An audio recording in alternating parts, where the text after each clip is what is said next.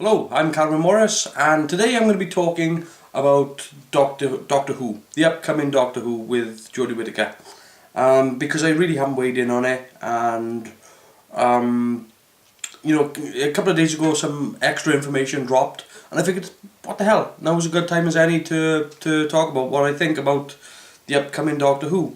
So just to give you some sort of background to my Doctor Who, I grew up really with Doctor Who always in my life.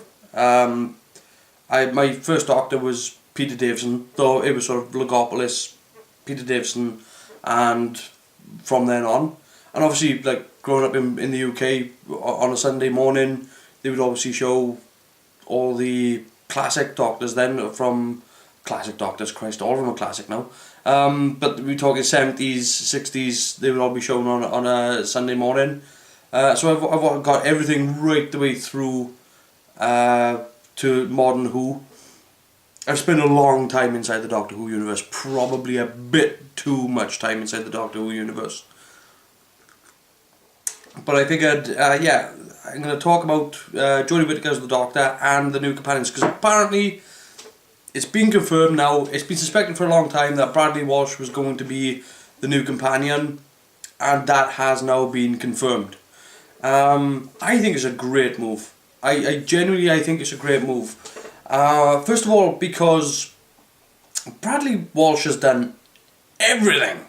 Like, Bradley Walsh has done absolutely everything in the entertainment business. He's presented TV shows, he's done quiz shows, he's done the Wheel of Fortune, he's done The Chase, he's been in soap operas, he's been in serious dramas like Law and Order UK. He'd done the Royal Variety Show. He played the Queen, so check. There's pretty much not a lot left that Bradley Walsh hasn't done in the entertainment industry. So and I think for the American audience, the American Doctor Who fans, and the worldwide who don't know who Bradley Walsh is, I cannot wait to see what he does at Comic-Con.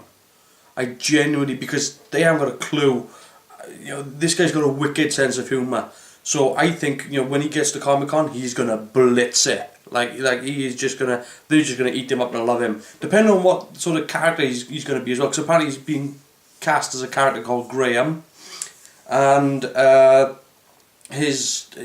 don't know anything about that character. But he could be salty, he could be crusty, he could be one of these characters that are abrasive against the Doctor.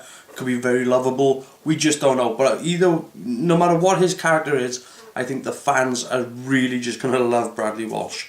This isn't going to be his first run in the Doctor Who universe. He was also in the Sarah Jane Adventures as a villain.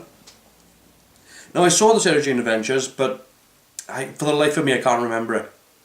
I only saw it once because it wasn't. Torchwood was more my thing. Sarah Jane Adventures not really. I still watched it though. I still made my way through it. So yeah, there's that. Also, we've got Mandip Gill as Yasmine. Don't really know anything about her. Apparently she was in Hollyoaks. But she's one of those British actors. Like most British actresses or actors, they've always done the rounds. Like if you look at any British actor, you can pretty much go down their IMDb page, and at some point you're going to cross Doctors, Holby City, Casualty, The Bill. Not The Bill, no more, because they don't no longer make it, but you'll probably will see Casualty, The Bill, Casualty, Holby City, Doctors, and she's one of those. She has come through the sort of graduating school of British drama. So I look forward to seeing what she does, and it's good that they've got another actor that is non-Caucasian in the TARDIS, because to be fair, it's not a case of whitewashing, but all the Doctors so far have been white, and many of the companions have. It would have been nice to have had an alien in there instead, but we don't know. Yasmine could be an alien just because she doesn't look like one when she's not on the show. Doesn't mean to say that she won't be in the show. Then we got Toshin Cole, who's going to be playing a character called Ryan. Again, non-Caucasian ethnicity. Apparently he was in Star Wars The Force Awakens. Well, I blinked and missed that. But, you know, it's not unheard of. We've had other Star Wars actors in Doctor Who, or Doctor Who actors in Star Wars. However you want to put it, you know, Brian Blessed. Brian Blessed was in, he married Perry in one of the, it was part of the Trial of the Time Lord. But obviously, you know, he was Boss Nass, you know. Me shall like this. Yeah. So you gotta love Brian Blessed, but you know, it's not unheard of that Doctor Who actors go back and forth. So with Star Wars. So yeah, I mean, it looks like a good solid cast. And then you've got obviously Jodie Whittaker as the Doctor. Now, what do I think of Jodie Whittaker, a woman, being the Doctor? Okay, I before they cast Peter Capaldi as the Doctor, there was a show on TV called Misfits, and at the time, I remember sitting down with my friend Geraint, and we were sitting down watching Misfits, and there was an actress in it called Emma O'Keefe, and I remember turning to him in one conversation going, she could do it. She could definitely be the next Doctor. So it was a case of the right person for the right job, I suppose. But you know, and ever since then it was like, you know, that's who I would have liked as a female Doctor. I've said before that Hayley Atwell would have been a nice choice, a different choice, a different sort of look for the character, and a different sort of attitude for the character, because I don't think you give Hayley Atwell anything other than, you know, she's serious when she needs to be, but is a naturally charming. Whereas Emma O'Keefe is a bit more terse, you know.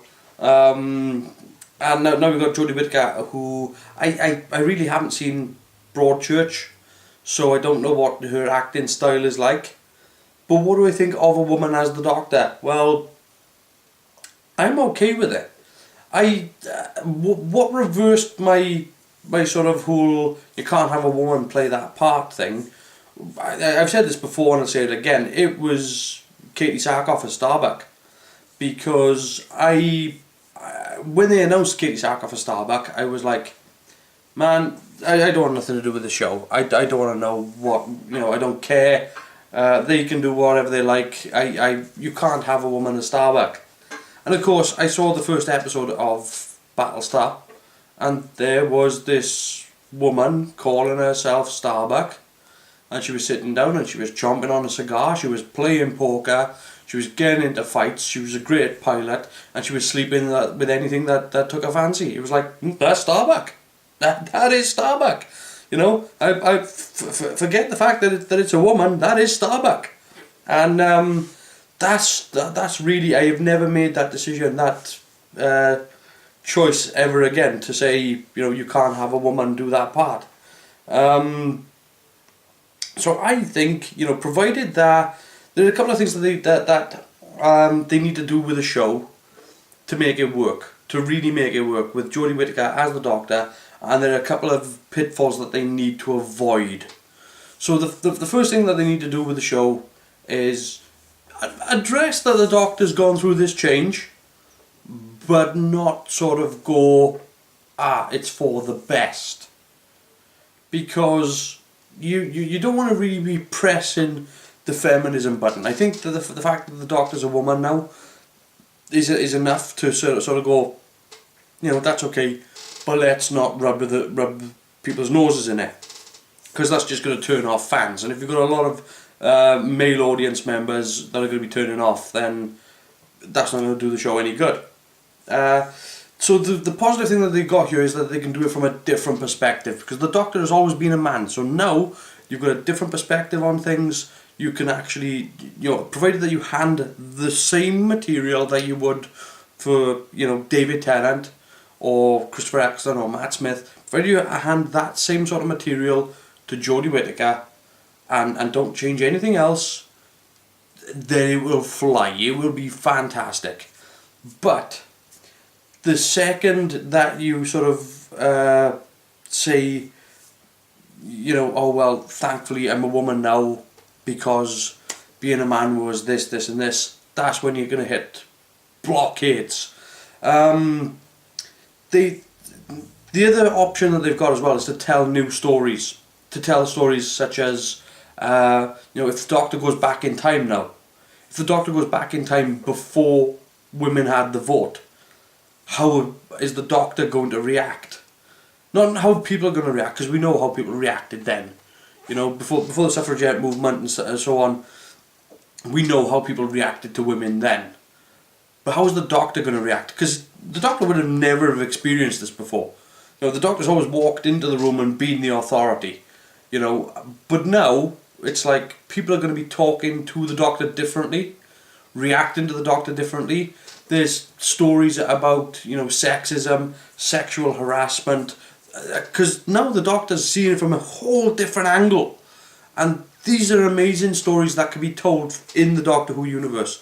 And all they've got to do is just avoid going, you know, I'm a woman now, it's far greater than what I've been before. But I think, you know, provided that they just... Because I remember when Stephen Moffat was saying about writing for David Tennant, that when he was writing stories for David Tennant, like Blink and so on, that really, the voice in his head was John Pertwee. He wasn't writing dialogue for David Tennant, he was writing for John Pertwee, giving it to David Tennant and letting, you know, seeing what he could do with it. And I think that's the key. That's what you have to do. You know, you need to be writing stories for Peter Capaldi and Matt Smith and handing it to Jodie Whittaker and letting her go. So, provided that, you know, these people got the chops to knock it out of the park, then I am looking forward to seeing what Chris Chibnall does with Doctor Who, the angle that he's going to come from, and to see, you know, where the future of the show goes. My only real concern, the only red flag that I've seen go up, is that apparently the Jodie Whittaker season 1 run is only going to be 10 weeks. I think, you know, if you're going to want to show confidence in this, you know, get behind this person as the Doctor, I think there's no reason why you wouldn't automatically push the BBC and go, we want 13. We want the full 13 episode run with her at the helm, because we really want to show what she can do. And I've seen the odd clip of her here or there in doing dramatic and giving dramatic performances, and she looks outstanding. Like I said, I haven't seen that much of Jodie Whittaker. I wish her all the best, and I cannot wait to see, you know, what Doctor Who does from this point forward, because from this point forward everything has changed. Anyway, I'm Calvin Morris. I'm going to finish off my coffee, and I'm going to go watch me some Doctor Who.